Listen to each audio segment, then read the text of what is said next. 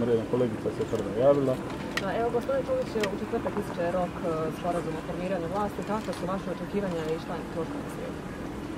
Ja ne bi bio jako, ne bi očekivao da do tada dogovorimo nešto.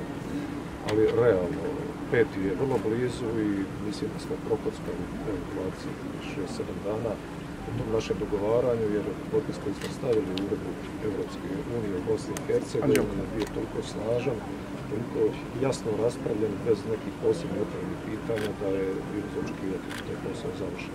Cilj je bio prošli tjedan.